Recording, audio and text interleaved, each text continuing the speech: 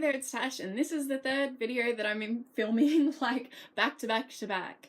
And I can't even be bothered to change my shirt and pretend it's not the same day. So I read 2 books in January, and I did not even want to read 2 books in January, but we will get to that when we get there. The first thing I read was a short story by Margaret Atwood called Rape Fantasies. And as I mentioned in my November reading wrap-up, I will not apologise for putting short stories as whole books on my Goodreads, because that is the way that short stories should be read. From now on, I have decreed. I'm getting overtired.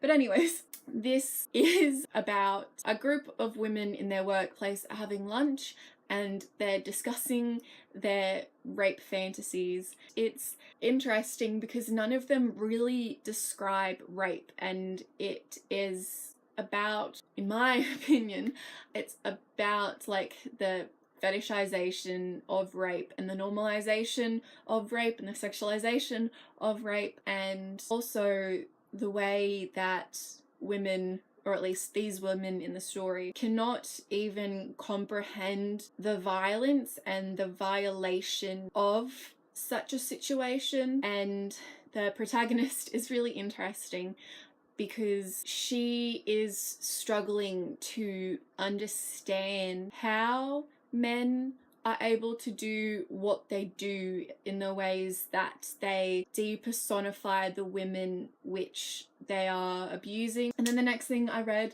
was Brave New World, which I thought, you know, maybe I will never read in my lifetime. But because, you know, it's one of those things that you say, I will read this one day, maybe, just not today. But I did not want to read this because January was very busy and I did not have time to read a goddamn book. But someone lent me this book and I was like, great, now I have to read this book. What kind of power play is this? So I read it in like 2 days so that I could give the book back and have the ball not in my court anymore. So it is set in this dystopian world where people are sort of engineered, and it's a highly classed society, and people are conditioned to be very happy with their place. And it is about this man who is not happy in his place and what happens and the ways that he sort of disrupts or fails to disrupt society. It's less about the plot and more about what it's trying to say. It was really interesting and made me think a lot. I'm in the camp because there's sort of a division between the first half of the book and the second half of the book.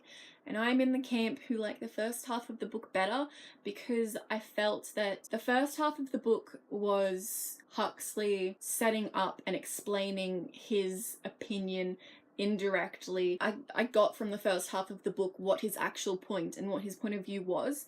In the second half of the book, it became much more direct and like actually verbally spoken by characters, and that pissed me off because I was like, do you think that I'm not smart enough to figure out the point of the book? Do you think that I did not get where you were going with this? The perceived good life and the end goal and the justification of this society is happiness of the individuals, and so it's a very utilitarian, the greatest number of happiness for the greatest number of people.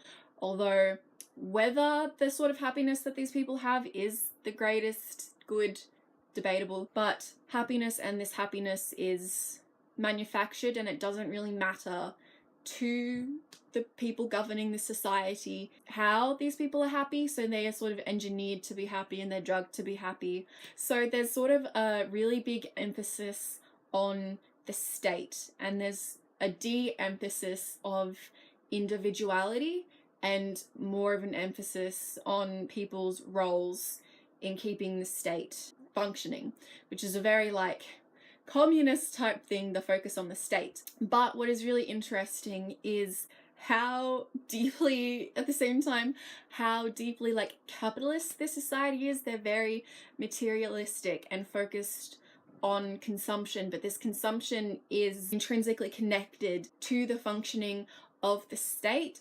And so that like breakdown of like the dualism between those different aspects of capitalism and communism was really interesting. What I also thought was really interesting was the first chapter of the book. The first chapter of the book was by far my favorite. This group of young men are on a tour of a facility where people are being made chemically through like man-made means in like a factory almost. And they go through lots of different conditions. The way that really immediately sets up Huxley's definition of a human being was really interesting because it made me really uneasy. This has been going for 10 minutes. I should probably do a book review. I'll finish my point. Because at the cellular level, people are being designed, and the way that this is externalized from the body, and particularly externalized from the female body, reified and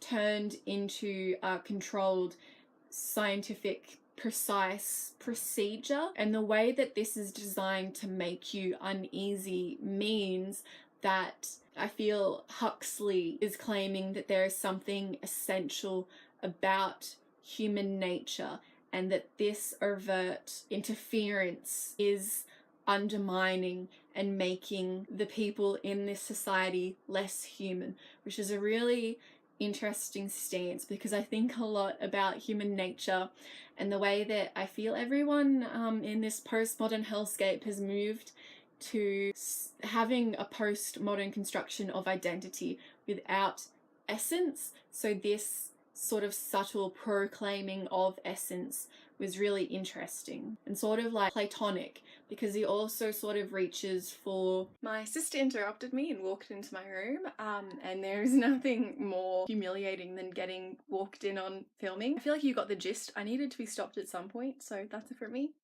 Goodbye.